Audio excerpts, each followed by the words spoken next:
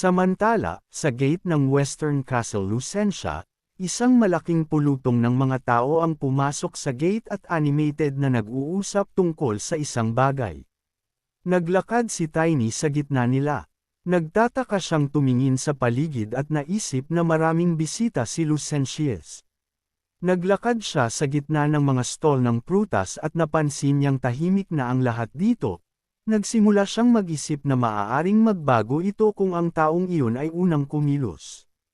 Si Tiny, nakahinga ng maluwag at naisip na oras na para bumili siya ng ilang kagamitan. Naglabas siya ng ilang mga barya mula sa bag at nagpasalamat sa kanya ng sarkastikong kilos na ito ng mabuting kalooban. Dagdag pa niya, hindi ito sapat. Napatingin si Tiny sa anino na lumitaw sa kanyang mga palad. Tumangala siya, may nagtanong sa kanya ng nagbabantang tanong, may pera ba siya? May hawak na kutsilyo at espada sina Timon at Eric. Sinimulan ni Eric na hilahin ang sword mula sa kaluban nito at ibinulalas iyon ng mas nananakot. Hinarap siya, dinilaan ni Timon ang talam ng espada at nagtanong. Siguro ay ibibigay niya ito sa kanya ng kanyang sariling kalooban, basta't humingi sila ng magalang. Tanong ni Tiny sa kanila, paano naman sila? Nag-ingay sina Tim at Eric. Nagsimulang ibaluktot ni Tiny ang kanyang mga kamao at nagbabantang nagtanong sa kanila, may pera ba sila? Sa isang nakaraang buhay, mayroong isang hindi nakasulat na panuntunan sa looban, kung sa isang eskinita, siya ay napapalibutan ng isang malaking anino, pagkatapos ay dapat siyang agad na huminga. Naalala ni Tiny kung paano niya hinugot ang mga bangkay ng mga tao. Isang boses ng isang tao ang kumausap sa kanya at sinabing kung papatayin niya ang napakaraming tao, ang kanyang kaluluwa ay magiging tiwali. Ang lalaki ay tumayo sa kanyang harapan at sinabing darating ang araw na siya ay madadami sa pagkakasala. Tanong nito sa kanya, baka maawa siya. Sumandal si Tiny sa kanyang mga tuhod, nagsimulang bumangon, at sinabing magiging maayos ang lahat. Nagsimulang mautol ang lalaki na kanina pa. Pinutol siya ni Tiny at sinabing hindi pa siya nakapatay ng tao. Natigilan ang lalaki sa kinatatayuan, natulala. Nakangiting nakakaloko si Tiny at sinabing ang dami niyang freaks. Biglang may lumipad na pulang bag. Natamba ang dalawang lalaki sa lupa. Ang isa sa mga tao ay bumaling sa Diyos. May ibang nagtanong, natalo ba ang pamilya Rufus, na itinuturing na pinakamalakas?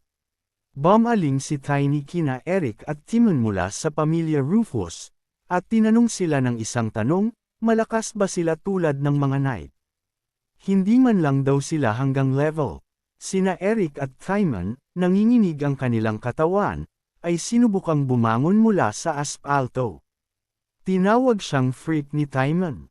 Itinaas ni Eric ang kanyang espada at galit na sumigaw na puputulan niya ang kanyang dila. Si Timon ay nagsimulang sumigaw ng galit, sinusubukang umatake. Bahagyang gumalaw ang isa sa kanila ni Tiny.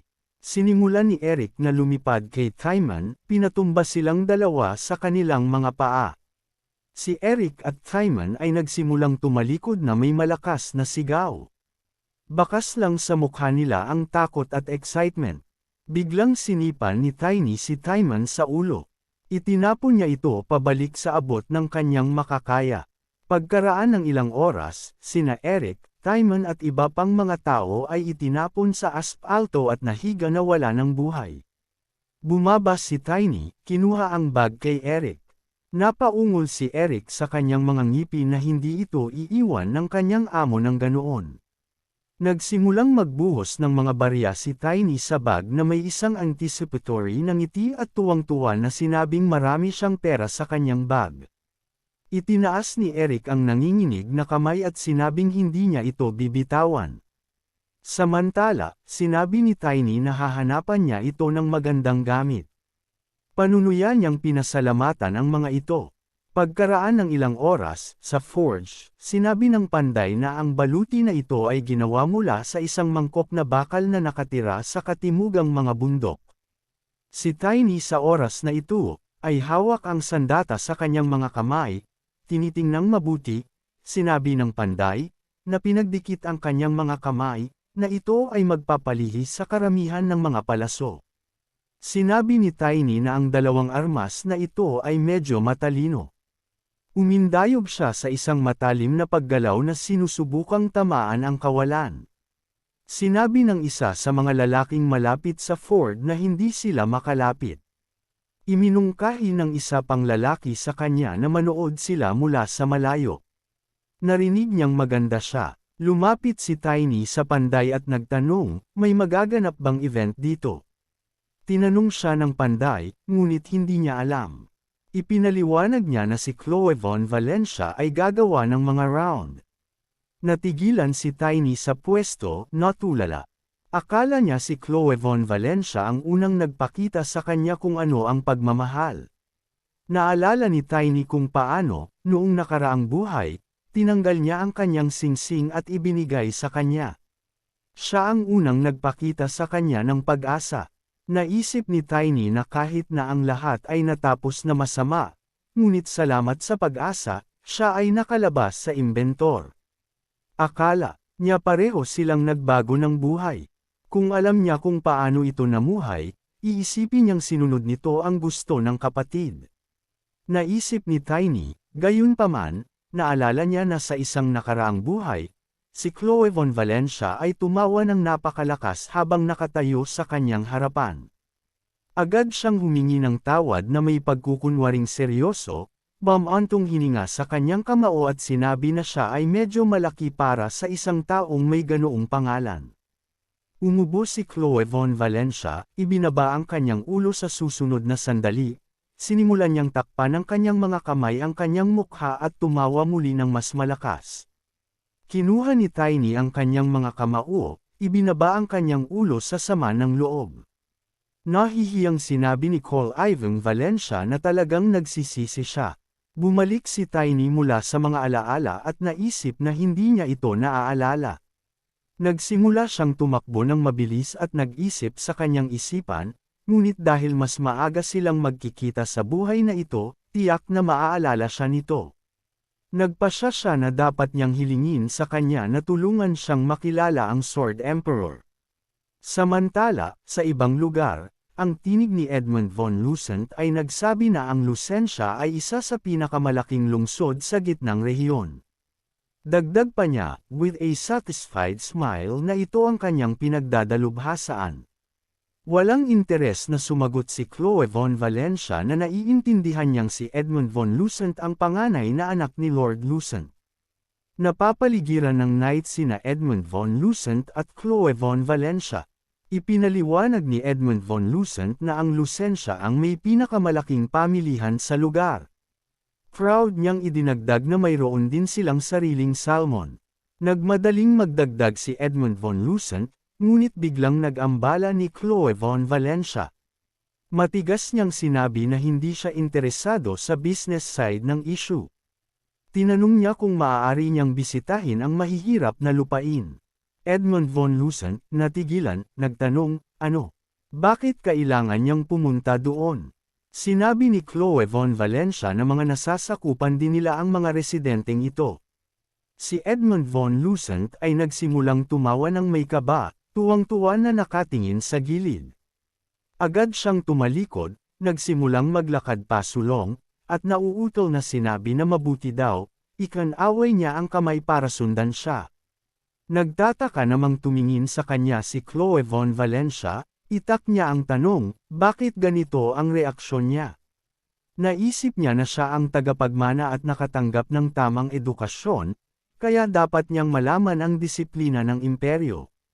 Naalala ni Chloe Von Valencia kung paano sinabi sa kanya ni Asgard Von Valencia na bantayan ang mga tao mula sa mahihirap na lupain.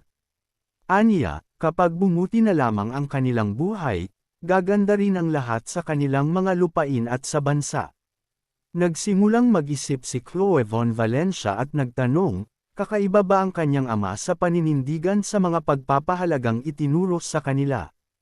Naisip niya kung kaya niya, gusto niyang baguhin ang pananaw ng mga tao sa mahihirap na lupain. Pero sa kanyang coming-of-age ceremony, inanunsyo ang kanyang fiancé. Kaya naman sa lalong madaling panahon ay hindi na niya magagawa ang kanyang karaniwang pamumuhay. Tumangala si Chloe Von Valencia at nagtanong sa isip, baka dapat siyang pumunta sa templo.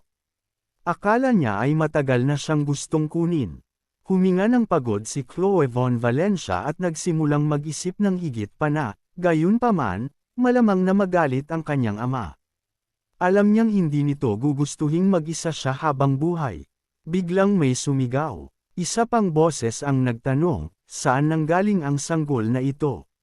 Si Chloe Von Valencia ay tumingin sa gilid ng may pagtataka, na nakaramdam ng pag-uusisa. Nakita niya si Knights na tumatakbo patungo kay Tiny, sinusubukang takutin siya. Natigilan si Tiny sa kinatatayuan, galit na. Nakatingin sa kanila, si Edmund Von Lucent ay nagtanong, ano ang problema niya? Saan siya galing? May sumigaw kay Tiny na umalis na dito. Dumukot si Tiny sa kanyang bulsa, nagsimulang maghanap ng kung ano. Agad niyang pinaharap ang kamay at sumigaw na personal na ibinigay sa kanya ni Chloe Von Valencia ang singsing na ito. Gulat na tiningnan ito ni Chloe Von Valencia. Lumapit si Tiny sa kanya, lumuhod, at sinabing hiniling niyang hanapin siya. Sinabi niya na kahit na siya ay huli, hahayaan niya itong ipahayag ang kanyang paggalang sa kanya ng matingkad na galit, nagtanong sa kanya ng isang tanong na lumalabas, anong uri ng kalokohan ang sinasabi niya? Si Chloe Von Valencia ay patuloy na tumingin dito ng may pagtataka at sa isip ay sinabi na ito ay pareho. Kinuha niya ang singsing sa kanyang mga kamay at sinabing ito talaga ang singsing niya. Galit na tanong ni Vivian, singsing ba niya ito? Sinabi ni Chloe Von Valencia na ito ay lubhang kakaiba. Ibinigay niya ito sa isang bata mula sa isang mahirap na lupain. Iminulat ni Tiny ang kanyang mga mata sa gulat. Tinignan siya ng masama ni Chloe Von Valencia at nagtanong, paano niya nakuha? Gulat na tumangala si Tiny at nag-isip ng may pananabik, nagtatanong ng, ano? Biglang inilagay ng Knights ang kanilang mga espada sa kanyang lalamunan. Napatingin dito si Tiny na tulala. Ang Knights pin sa kanya sa magkabilang panig, hindi nagpapahintulot sa kanya upang ilipat kahit saan. Galit na tumingin sa kanya si Chloe Von Valencia, nakakuyom ang kanyang mga kamao. Pinalibutan ng tatlong knight ang leeg ni Tiny ng mga espada. Nanlamig siya sa kinatatayuan, natatakot na gumalaw. Hinawakan ni Vivian ang kanyang sword gamit ang kanyang kamay at tinakpan si Chloe Von Valencia ng kanyang katawan. Galit niyang inutusan siyang sumagot. Naisip ni Tiny na masyado na silang nagkita. Alingaw-ngaw, mahihirapan daw silang paniwalaan, pero siya ang batang iyon. Hindi makapaniwalang tanong ni Chloe Von Valencia, na naka-cross-arm sa dibdib, kung ano ang suspicious na tingin ni Vivian sa kanya kay Tiny. Nang makita ang kanilang reaksyon, naisip niya na masyado siyang mabilis na lumaki para hindi siya makilala ng mga ito. Itinuro niya ang kanyang hintuturo sa kanyang ulo at sinabing siya lamang ang anak sa lungsod na ito na may maitim na buhok. Pagkatapos mag-isip, idinagdag niya ng may pananabik na sa buong duchy, si Chloe Von Valencia ay nag-iisip.